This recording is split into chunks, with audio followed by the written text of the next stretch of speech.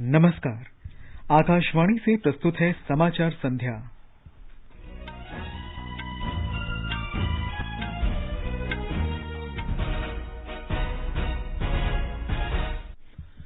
प्रधानमंत्री नरेंद्र मोदी ने रोहतांग में अटल सुरंग राष्ट्र को समर्पित की। उन्होंने कहा, इससे देश के सीमावर्ती इलाकों में बुनियादी ढांचा मजबूत होगा। केंद्रीय मंत्री पीयूष गोयल ने कहा, नए कृषि कानून किसानों को सुरक्षित और सशक्त बनाएंगे। सरकार ने कोरोना महामारी के दौरान 2 करोड़ रुपए तक के ऋणों की 6 महीने की किश्त पर चक्रवृद्धि ब्याज माफ किया। कोविड संक्रमण से स्वस्थ होने की दर 83.84% हुई। बिहार में महागठबंधन ने विधानसभा चुनाव के लिए सीटों के बंटवारे की घोषणा की। राष्ट्रीय जनता दल 144 और कांग्रेस 70 सीटों पर चुनाव लड़ेगी। और आईपीएल क्रिकेट में रॉयल चैलेंजर्स बैंगलोर ने राजस्थान रॉयल्स को 8 विकेट से हराया। दिल्ली कैपिटल्स और कोलकाता नाइट राइडर्स के बीच मुकाबला जारी। समाचार संध्या में नईम अख्तर के साथ मैं निखिल कुमार। महात्मा गांधी की 151वीं जयंती के उपलक्ष्य में हम बुलेटिन की शुरुआत बापू की बात से कर रहे हैं। महात्मा गांधी 12 नवंबर 1947 को ऑल इंडिया रेडियो आए थे। उस दिन उन्होंने प्रार्थना सभा के बाद रेडियो के माध्यम की ताकत और अपने अनुभवों की चर्चा की थी। मैं तो चला गया था वहाँ, जो रेडियो घर है, जिसको बोलता है उसको तो देखता भी नहीं है। वो तो बेचारे पड़े हैं दूर दूर, वो जिस जगह पे हिंदुस्तानी लोग पड़े हैं वहाँ सब इंतजाम कर लिया कि वो मेरी आवाज पहुँच जाए। ये तो एक खूबी है, ईश्वर की एक गहन गति पड़ी है, तो इस तरह से ऐसा आवाज वो सब जगह पे पहुँच जाए, वो कोई छोटी बात नहीं है। तो वो सब मैंने देख लिया और कहा, यहाँ से जो बोलता हूँ उस आवाज की शक्ति है उससे आधी और बढ़ जाती है। प्रधानमंत्री नरेंद्र मोदी ने कहा है कि सरकार ने अपनी पूरी ताकत सीमावर्ती इलाकों में बुनियादी ढांचे को सुदृढ़ करने में लगा दी है। हिमाचल प्रदेश में आज अटल सुरंग का उद्घाटन करने के बाद श्री मोदी ने कहा कि सड़कों, पुलों, इमारतों और सुरंगों का निर्माण बड़े पैमाने पर किया जा रहा है तथा सीमावर्ती बुनियादी ढांचे के विकास पर विशेष जोर दिया जा रहा है। उन्होंने कहा कि विकास का लाभ आम लोगों के साथ साथ सशस्त्र बलों तक पहुंचाने के प्रयास भी किए जा रहे हैं। इसका बहुत बड़ा लाभ सामान्य जनों के साथ ही हमारे फौजी भाई बहनों को भी हो रहा है। सर्दी के मौसम में उन तक रसद पहुंचाना हो, उनकी रक्षा से जुड़े साजो सामान हो, वो आसानी से पेट्रोलिंग कर सके, इसके लिए सड़कों का जाल बिछाया जा रहा है। देश की रक्षा करने वालों की जरूरतों का ध्यान रखना हमारी सरकार की सर्वोच्च प्राथमिकता में से एक है। प्रधानमंत्री ने संपर्क सुविधा के महत्व पर जोर देते हुए कहा कि इसका विकास से सीधा संबंध है और सीमावर्ती इलाकों में संपर्क सुविधा सुरक्षा मुद्दों से सीधे तौर पर जुड़ी होती है। अटल टनल हिमाचल प्रदेश के एक बड़े हिस्से के साथ साथ नए केंद्र शासित प्रदेश लेह लद्दाख की भी लाइफलाइन बनने वाला है। अब सही मायनों में हिमाचल प्रदेश का ये बड़ा क्षेत्र और लेह लद्दाख देश के बाकी हिस्सों से हमेशा जुड़े रहेंगे, प्रगति पथ पर तेजी से आगे बढ़ेंगे। इस टनल से मनाली और केलोंग के बीच इसकी दूरी 3-4 घंटे कम हो जाएगी। पहाड़ के मेरे भाई बहन समझ सकते हैं कि पहाड़ पर 3-4 घंटे की दूरी कम होने का मतलब क्या होता है। साथियों, लेह लद्दाख के किसानों, बागवानों, युवाओं के लिए भी अब देश की राजधानी दिल्ली और दूसरे बाजार तक उनकी पहुंच आसान हो जाएगी। श्री मोदी ने कहा कि अटल सुरंग सिर्फ हिमाचल प्रदेश ही नहीं बल्कि लेह लद्दाख क्षेत्र की भी जीवन रेखा बनेगी। उन्होंने कहा कि आज का दिन ऐतिहासिक है क्योंकि आज न सिर्फ अटल जी का बल्कि हिमाचल प्रदेश के लाखों लोगों का स्वप्न भी साकार हुआ है। जब अटल जी मनाली में आके रहते थे तो अक्सर उनके पास बैठना, गपशप करना, और मैं और धूमल जी एक दिन चाय पीते पीते इस विषय को बड़े आग्रह से उनके सामने रख रहे थे और जैसा अटल जी का विशेषता थी वो बड़ी आंखें खोल करके हमें गहराई से पढ़ रहे थे कि हम क्या कह रहे हैं। फिर मुंडी हिला देते थे कि हाँ भाई, लेकिन आखिरकार जिस बात को लेकर मैं और धूमल जी उनसे लगे रहते थे वो सुझाव अटल जी का सपना बन गया, संकल्प बन गया और आज हम उसे एक सिद्धि के रूप में अपनी आंखों के सामने देख रहे हैं। इससे जीवन का कितना बड़ा संतोष हो सकता है, आप कल्पना कर सकते हैं। प्रधानमंत्री ने कहा कि उनकी सरकार के लिए देशवासियों की सुरक्षा से बढ़कर और कुछ भी नहीं है। उन्होंने कहा कि आधुनिक किस्म के कई हथियारों का स्वदेश में ही उत्पादन करने के लिए कानूनों में संशोधन किया गया है। उन्होंने कहा कि लंबी प्रतीक्षा के बाद चीफ ऑफ डिफेंस स्टाफ का पद हमारी सैन्य व्यवस्था का हिस्सा बन चुका है। प्रधानमंत्री ने यह भी कहा कि देश की सशस्त्र सेनाओं की आवश्यकताओं के अनुसार रक्षा सामग्री के खरीद और उत्पादन के बीच बेहतर तालमेल किया जा रहा है। भारत में डिफेंस इंडस्ट्री में विदेशी निवेश और विदेशी तकनीक आ सके, इसके लिए अब भारतीय संस्थानों को अनेक प्रकार के प्रोत्साहन दिए जा रहे हैं। जैसे जैसे भारत की वैश्विक भूमिका बदल रही है, हमें उसी तेजी से, उसी रफ्तार से अपने इंफ्रास्ट्रक्चर को, अपने आर्थिक और सामरिक सामर्थ्य को भी बढ़ाना है। आत्मनिर्भर भारत का आत्मविश्वास आज जनमानस की सोच का हिस्सा बन चुका है। अटल टनल इसी आत्मविश्वास का प्रतीक है।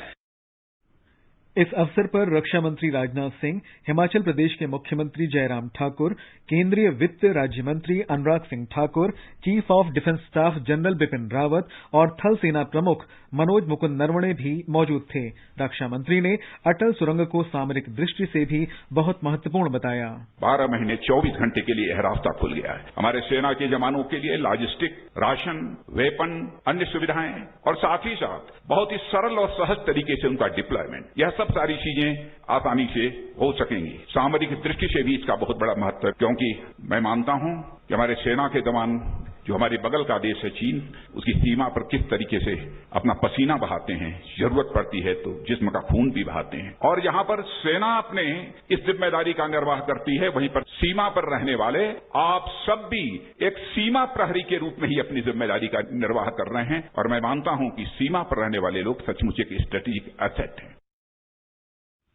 समुद्र तल से 10,040 फुट की ऊंचाई पर 9.02 किलोमीटर लंबी अटल टनल दुनिया की सबसे लंबी सुरंग है। लाहौल स्पीति से हमारे संवाददाता की रिपोर्ट। प्रधानमंत्री नरेंद्र मोदी ने सुरंग निर्माण में सीमा सड़क संगठन और अन्य एजेंसियों द्वारा की गई कड़ी मेहनत की सराहना की। उन्होंने कहा कि अटल सुरंग न केवल लाहौल स्पीति में बल्कि लेह और लद्दाख के लिए भी विकास के नए द्वार खोलेगी। प्रधानमंत्री ने कहा कि ये सुरंग सीमावर्ती क्षेत्रों में बुनियादी ढांचे को बढ़ावा देगी। इस अवसर पर प्रधानमंत्री ने making of Atal tunnel Rohtang पर चित्र गैलरी और सुरंग के दक्षिणी छोर पर पर्यटन के बुनियादी ढांचे पर आधारित राज्य सरकार की प्रदर्शनी का अवलोकन भी किया। प्रधानमंत्री ने मनाली के लिए सुरंग के दक्षिणी पोर्टल से 15 यात्रियों को ले जाने वाले राज्य पथ परिवहन निगम की बस को हरी झंडी भी दिखाई। इस अवसर पर अटल सुरंग रोहतांग पर एक लघु फिल्म भी प्रदर्शित की गई। समारोह में केंद्रीय रक्षा राज्य मंत्री राजनाथ सिंह ने कहा कि सुरंग का निर्माण सामरिक दृष्टिकोण से बहुत महत्वपूर्ण था, क्योंकि यह सीमावर्ती क्षेत्रों में बेहतर संपर्क सुनिश्चित करेगा। उन्होंने कहा कि खराब मौसम के दौरान भी लद्दाख से पूरे साल की कनेक्टिविटी की दिशा में अटल सुरंग पहला कदम है। मुख्यमंत्री जयराम ठाकुर ने इस मेगा परियोजना को जल्द पूरा करने में गहरी दिलचस्पी दिखाने के लिए प्रधानमंत्री का धन्यवाद किया। कहा कि यह न केवल रणनीतिक दृष्टिकोण से महत्वपूर्ण था, बल्कि लाहौल स्पीति जिले के लोगों की अर्थव्यवस्था को मजबूत करने के लिए एक वरदान साबित होगा। इस अवसर पर केंद्रीय वित्त राज्य मंत्री अनुराग ठाकुर भी मौजूद रहे। संजीव सुंदरियाल, आकाशवाणी समाचार, रोहतांग, लाहौल स्पीति। केंद्रीय मंत्री पीयूष गोयल ने कहा है कि हाल में पारित किए गए कृषि कानूनों से हमारा किसान दशकों पुराने बंधनों से मुक्त होंगे और वह अपनी उपज अपनी मर्जी के मुताबिक बेच सकेंगे। इससे देश के कृषि क्षेत्र के तेजी से विकास का रास्ता तैयार होगा। श्री गोयल ने मुंबई में कहा कि किसानों का सशक्तिकरण इस सरकार की प्राथमिकता है। उन्होंने कहा कि भारतीय मौसम विभाग ने अक्टूबर में भारी वर्षा की आशंका जताई है, इसलिए मोदी सरकार ने प्याज का निर्यात प्रतिबंधित करने का फैसला लिया है। उन्होंने कहा कि हम नहीं चाहते कि हमारे लोग बढ़ती कीमतों से परेशान हों। श्री गोयल ने कहा कि कांग्रेस और राष्ट्रवादी कांग्रेस पार्टी हमेशा से बिचौलियों के साथ रही हैं, लेकिन प्याज का निर्यात प्रतिबंधित करने से किसानों और उपभोक्ताओं को लाभ होगा। श्री गोयल ने कहा कि किसानों को वर्षों से बहुत सारी जंजीरों ने जकड़ा हुआ था और केंद्र ने इनसे किसानों को मुक्त करने के लिए कई बदलावकारी कदम उठाए हैं। उन्होंने कहा कि अब हमारे देश में किसान नए कृषि कानूनों से अपनी उपज किसी को भी और कहीं भी बेचने के लिए स्वतंत्र हैं। किसानों को आज मुक्ति मिली है कि वो देश में कहीं भी, किधर भी, कभी भी, किसी भी दाम पर अपने उत्पाद को बेच सके, अपने उपज को बेच सके। ये जंजीरें, ये बाधाओं से आज किसान को मुक्त किया गया और मैं समझता हूँ ये देश के खेती क्षेत्र को वर्षों तक तेज गति से बढ़ने का साधन बनेगा। हमारे किसानों के जीवन में आनंद लाएगा, आगे चल के और लोगों को प्रोत्साहित करेगा कि वो खेती के क्षेत्र में और काम करें। श्री गोयल ने कहा कि इन कानूनों के जरिए किसान आत्मनिर्भर बने हैं और उन्हें अपनी आय बढ़ाने के अवसर दिए गए हैं। उन्होंने कहा कि नए कानूनों से किसानों के भूमि अधिकार भी सुरक्षित हुए हैं। उन्होंने आरोप लगाया कि दिशाहीन और मुद्दा विहीन विपक्ष नए कानूनों पर देश के किसानों को गुमराह करने का प्रयास कर रहा है। कुछ लोग भ्रम फैला के राजनीतिकरण करने की कोशिश कर रहे हैं। बड़ा स्वाभाविक है, चिंता का विषय है उनके लिए। तो उनका राजनीतिक अस्तित्व आस्ते आस्ते खत्म होते जा रहे हैं। यहाँ तक कि उनको जनता ने 2 चुनावों में लगातार नकार दिया है। चिंता हो रही है अगले चुनाव में हम कोई जीत के आएगा कि नहीं। तो राजनीतिकरण करके किसानों को बहकाया जा रहा है, किसानों को भ्रमित किया जा रहा है। आखिर एमएसपी देश में पहले भी थी, आज भी है, कल भी नहीं। एमएसपी एक एडमिनिस्ट्रेटिव ऑर्डर से सालों से चल रही है। कोई इस देश में एमएसपी को रोक नहीं सकता। केंद्र सरकार ने उच्चतम न्यायालय से सहमति जताई है कि कोविड महामारी में ऋण की ईएमआई पर 6 महीने की छूट के दौरान 2 करोड़ रुपए तक के ऋण के ब्याज पर ब्याज, चक्रवृद्धि ब्याज नहीं लिया जाएगा। सरकार ने कोविड महामारी के दौरान छोटे उद्योगों को और व्यक्तिगत ऋण लेने वाले लोगों को किस्त चुकाने में 6 महीने की स्वैच्छिक छूट देने का प्रावधान किया था। सरकार को चक्रवृद्धि ब्याज न लेने का प्रावधान करने के लिए संसद से अनुमति लेनी होगी और इससे छोटे उद्योगों को 3.7 लाख करोड़ रुपए की मदद मिलेगी। इसके अलावा गरीब कल्याण और आत्मनिर्भर पैकेज के जरिए सरकार आवास ऋण लेने वाले लोगों को 70,000 करोड़ रुपए का भुगतान कर चुकी है। वित्त मंत्रालय ने एक हलफनामे में कहा है कि सरकार ने 6 महीने की स्वैच्छिक छूट की अवधि में छोटे ऋण लेने वाले लोगों पर चक्रवृद्धि ब्याज माफ करने का फैसला किया है। छोटे ऋण लेने वालों को 8 श्रेणियों में बांटा गया है। इनमें सूक्ष्म, लघु और मध्यम उद्योग, शिक्षा, आवास, उपभोक्ता टिकाऊ वस्तु, क्रेडिट कार्ड भुगतान, वाहन, व्यक्तिगत और उपभोग ऋण शामिल हैं। कोरोना संक्रमण से स्वस्थ होने वालों की संख्या के लिहाज से भारत विश्व में पहले स्थान पर बना हुआ है। देश में अब तक 54 लाख से अधिक लोग स्वस्थ हो चुके हैं। अंतर्राष्ट्रीय स्तर पर भारत में स्वस्थ होने वालों की दर 21% है, जबकि दुनिया भर में कोरोना से बीमार पड़ने वालों में भारत की हिस्सेदारी 18.6% रही है। भारत में मृत्यु दर बहुत कम है। वैश्विक स्तर पर मृत्यु दर 2.97% है, जबकि भारत में ये केवल 1.56% है। भारत में प्रति 10 लाख पर मृत्यु दर भी दुनिया भर में सबसे कम है। अंतर्राष्ट्रीय स्तर पर प्रति 10 लाख की आबादी पर 130 लोगों की मौत हुई है, जबकि भारत में प्रति 10 लाख पर केवल 73 लोगों की जान गई है। पिछले 24 घंटों के दौरान देश में 75,628 लोग स्वस्थ हुए हैं। कोरोना से एक दिन में स्वस्थ होने वालों की दर भी लगातार बढ़ रही है और फिलहाल ये 83.84% है। पिछले 24 घंटों के दौरान कोरोना से मुक्त हुए 74.36% मामले 10 राज्यों और केंद्र शासित प्रदेशों के हैं। इनमें सबसे अधिक संख्या महाराष्ट्र, आंध्र प्रदेश और कर्नाटक की है। फिलहाल कोरोना के जिन मरीजों का इलाज चल रहा है, उनमें से लगभग 77% मरीज 10 राज्यों और केंद्र शासित प्रदेशों के हैं। इनमें से सबसे ज्यादा 2,60,000 से ज्यादा मामले महाराष्ट्र के हैं। लगातार 12वें दिन भारत में कोरोना के मरीजों की संख्या 10 लाख से कम रही है। आज ये संख्या 9,44,996 है। देश में पिछले 24 घंटों के दौरान 79,476 मामलों की पुष्टि हुई है। दिल्ली में पिछले 24 घंटे के दौरान कोरोना संक्रमण के 2,258 नए मरीजों का पता चला। राजधानी में संक्रमित व्यक्तियों की कुल संख्या 2,87,900 से अधिक हो गई है। वायरस से अब तक 2,57,224 व्यक्ति स्वस्थ हो चुके हैं।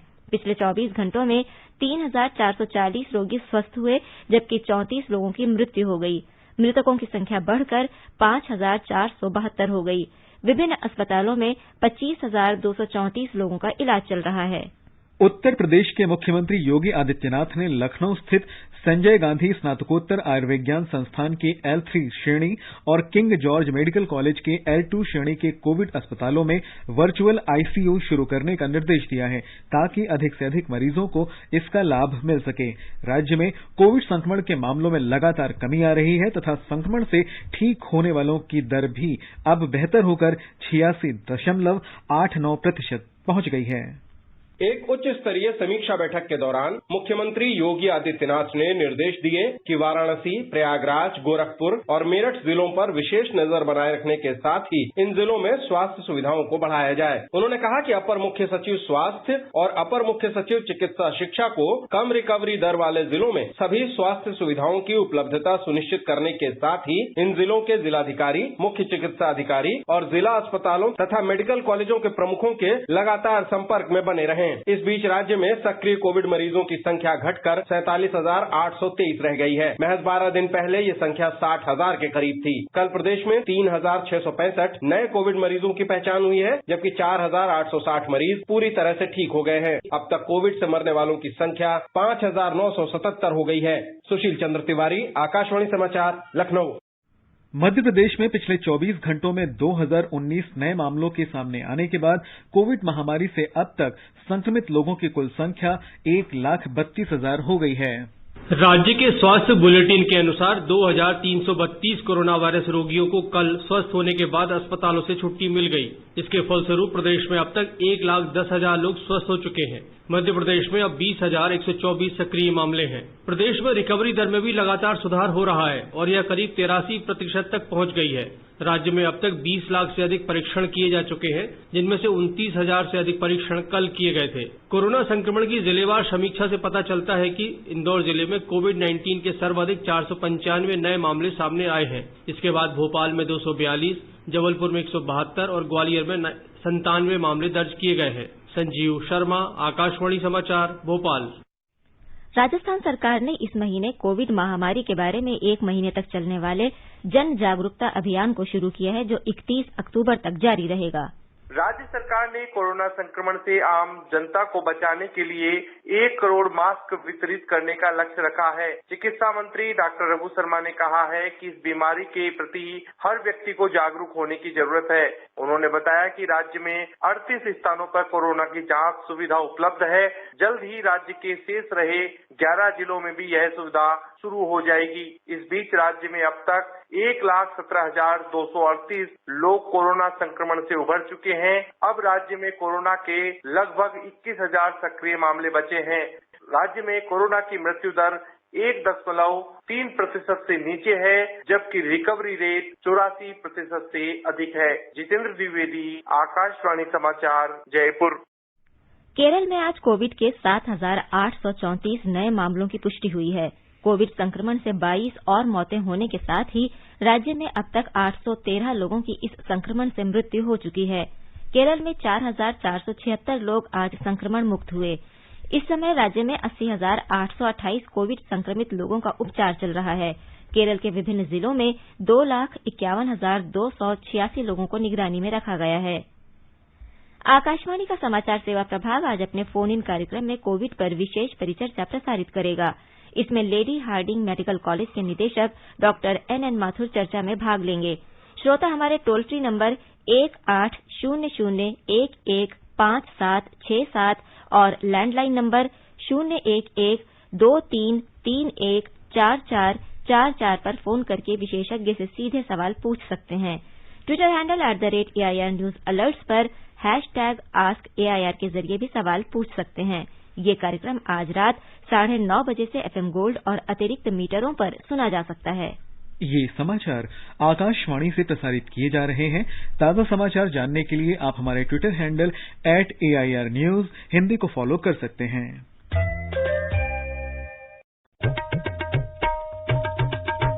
News Services Division of All India Radio brings to you program Employment News in association with the Publications Division, Ministry of Information and Broadcasting.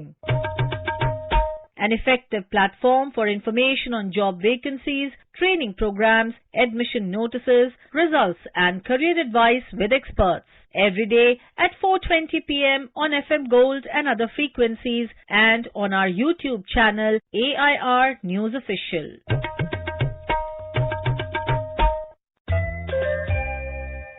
ये आकाशवाणी है और आगे बढ़ने से पहले मुख्य समाचारों पर एक नजर। प्रधानमंत्री नरेंद्र मोदी ने रोहतांग में अटल सुरंग राष्ट्र को समर्पित की। उन्होंने कहा, इससे देश के सीमावर्ती इलाकों में बुनियादी ढांचा मजबूत होगा। केंद्रीय मंत्री पीयूष गोयल ने कहा, नए कृषि कानून किसानों को सुरक्षित और सशक्त बनाएंगे। सरकार ने कोरोना महामारी के दौरान 2 करोड़ रुपए तक के ऋणों की 6 महीने की किश्त पर चक्रवृद्धि ब्याज माफ किया। कोविड संक्रमण से स्वस्थ होने की दर 83.84% हुई। बिहार में महागठबंधन ने विधानसभा चुनाव के लिए सीटों के बंटवारे की घोषणा की। राष्ट्रीय जनता दल 144 और कांग्रेस 70 सीटों पर चुनाव लड़ेगी। और आईपीएल क्रिकेट में रॉयल चैलेंजर्स बैंगलोर ने राजस्थान रॉयल्स को 8 विकेट से हराया। दिल्ली कैपिटल्स और कोलकाता नाइट राइडर्स के बीच मुकाबला जारी। बिहार में राष्ट्रीय जनता दल कांग्रेस के नेतृत्व वाले गठबंधन ने सहयोगी विकासशील इंसान पार्टी के असंतोष के बीच 243 सदस्यीय राज्य विधानसभा के लिए सीट साझा करने की घोषणा की। पटना में 6 दलों के नेताओं के संयुक्त संवाददाता सम्मेलन में आज सीट बंटवारे के बारे में जानकारी दी गई।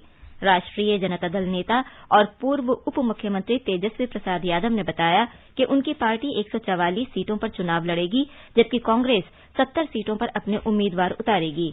इसके अलावा कांग्रेस वाल्मीकिनगर लोकसभा सीट से भी चुनाव लड़ेगी, जिस पर 7 नवंबर को उपचुनाव होगा। उन्होंने कहा कि महागठबंधन में वाम दलों के साथ मिलकर 29 सीटों पर चुनाव लड़ेंगे। इसमें से भारतीय कम्युनिस्ट पार्टी माले को 19 सीटों की भागीदारी मिली है, जबकि भारतीय कम्युनिस्ट पार्टी को 6 और भारतीय कम्युनिस्ट पार्टी मार्क्सवादी को 4 सीटें दी गई हैं। श्री यादव ने कहा है कि उनकी पार्टी विकासशील इंसान पार्टी और झारखंड मुक्ति मोर्चा को 144 सीटों के अपने कोटे से सीटें देगी। उन्होंने कहा कि इन सीटों के बारे में घोषणा जल्द ही कर दी जाएगी। महागठबंधन के सभी 6 दलों ने एकजुटता के साथ तेजस्वी प्रसाद यादव के नेतृत्व में विधानसभा चुनाव लड़ने की घोषणा की। कांग्रेस के वरिष्ठ नेता अविनाश चंद्र पांडे ने इसका ऐलान किया। इसके साथ ही यह साफ हो गया कि तेजस्वी मुख्य विपक्षी गठबंधन के मुख्यमंत्री पद का चेहरा होंगे। तेजस्वी यादव ने कहा कि चुनाव में विकास और युवा बेरोजगारी बड़ा मुद्दा है। उनकी सरकार बनती है तो पहली कैबिनेट में ही 10 लाख सरकारी नौकरियां देने पर मुहर लगेगी। वीआईपी पार्टी अध्यक्ष ने कहा कि पार्टी की कोर कमेटी की बैठक में कल उनके दल के अगले कदम के बारे में निर्णय किया जाएगा। धर्मेंद्र कुमार राय, आकाशवाणी समाचार, पटना। महिला और बाल विकास मंत्री स्मृति ईरानी ने कहा है कि हाथरस के पीड़ित परिवार को न्याय मिलेगा और विशेष जांच दल की रिपोर्ट मिलने के बाद मुख्यमंत्री योगी आदित्यनाथ दोषी अधिकारियों के विरुद्ध कड़ी कार्रवाई करेंगे। इस बीच मुख्यमंत्री योगी आदित्यनाथ ने भी कहा है कि राज्य में किसी भी अपराधी को बख्शा नहीं जाएगा और उनकी सरकार अपराध को बर्दाश्त नहीं करेगी। श्रीमती ईरानी ने आज वाराणसी में एक कार्यक्रम के बाद कहा कि मुख्यमंत्री ने उन्हें आश्वस्त किया है कि इस मामले में न्याय होगा। जिले के पुलिस अधीक्षक का पहले ही स्थानांतरण किया जा चुका है। श्रीमती ईरानी ने कहा कि विपक्ष इस मुद्दे का राजनीतिकरण कर रहा है। प्रधानमंत्री नरेंद्र मोदी ने कहा है कि आत्मनिर्भर भारत के निर्माण में कपड़ा क्षेत्र महत्वपूर्ण है। श्री मोदी ने कहा कि सरकार इस क्षेत्र में कौशल विकास, वित्तीय सहायता और अत्याधुनिक प्रौद्योगिकी पर जोर दे रही है। प्रधानमंत्री ने आज सांस्कृतिक संबंध परिषद की वस्त्र परंपरा पर एक अंतर्राष्ट्रीय वेबिनार को संबोधित करते हुए कहा कि वैश्विक स्तर के उत्पाद के लिए हम बुनकरों की मदद कर रहे हैं। इसके लिए वैश्विक तकनीक और प्रक्रिया अपनाई जा रही है। उन्होंने कहा कि वेबिनार में विचारों के आदान प्रदान के नए रास्ते खुलेंगे। श्री मोदी ने कहा कि कपड़ा क्षेत्र में काफी संभावनाएं हैं और घरेलू स्तर पर ये रोजगार प्रदान करने का सबसे अच्छा क्षेत्र है। अंतर्राष्ट्रीय स्तर पर कपड़ा क्षेत्र ने व्यापार और सांस्कृतिक संबंध बनाने में महत्वपूर्ण भूमिका निभाई है। प्रधानमंत्री ने कहा कि दुनिया भर में कपड़ा क्षेत्र में बहुत सारी महिलाएं काम करती हैं और इससे महिलाओं के सशक्तिकरण के प्रयासों को बल मिला है। उन्होंने कहा कि ये कार्यक्रम गांधी जी की 150वीं जयंती समारोह के संबंध में आयोजित किया गया है। महात्मा गांधी ने कपड़ा क्षेत्र और सामाजिक सशक्तिकरण के बीच निकट का संबंध देखा और एक साधारण से चरखे को भारत की आजादी के आंदोलन का प्रतीक बना दिया। वाणिज्य और उद्योग मंत्री पीयूष गोयल ने कहा है कि भारत के कई क्षेत्रों में अपनी क्षमता बढ़ाने और वैश्विक स्तर का बनने की योग्यता है। श्री गोयल ने make in India a global exports hub कार्यक्रम में ये कहा कि जब हम आत्मनिर्भर भारत की बात करते हैं तो हम वैश्विक साझेदारी के लिए भारत के द्वार खोलते हैं। उन्होंने कहा कि आत्मनिर्भर भारत देश की क्षमता बढ़ाने और बेहतर उत्पादन प्रक्रिया अपनाने, अच्छी प्रौद्योगिकी लाने तथा भारतीयों की इच्छा के अनुरूप मानकों में सुधार करने से संबंधित है।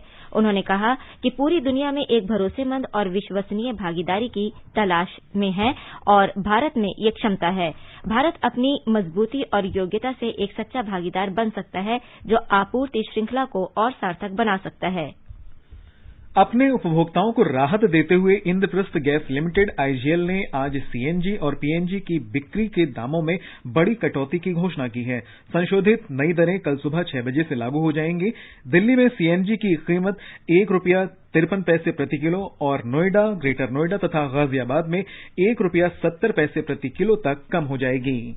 राजधानी में पीएनजी की कीमत ₹28.55 प्रति स्टैंडर्ड क्यूबिक मीटर से घटकर ₹27.50 प्रति स्टैंडर्ड क्यूबिक मीटर हो जाएगी। इसी तरह से पीएनजी की बिक्री की कीमत ₹1.05 प्रति स्टैंडर्ड क्यूबिक मीटर कम हो जाएगी।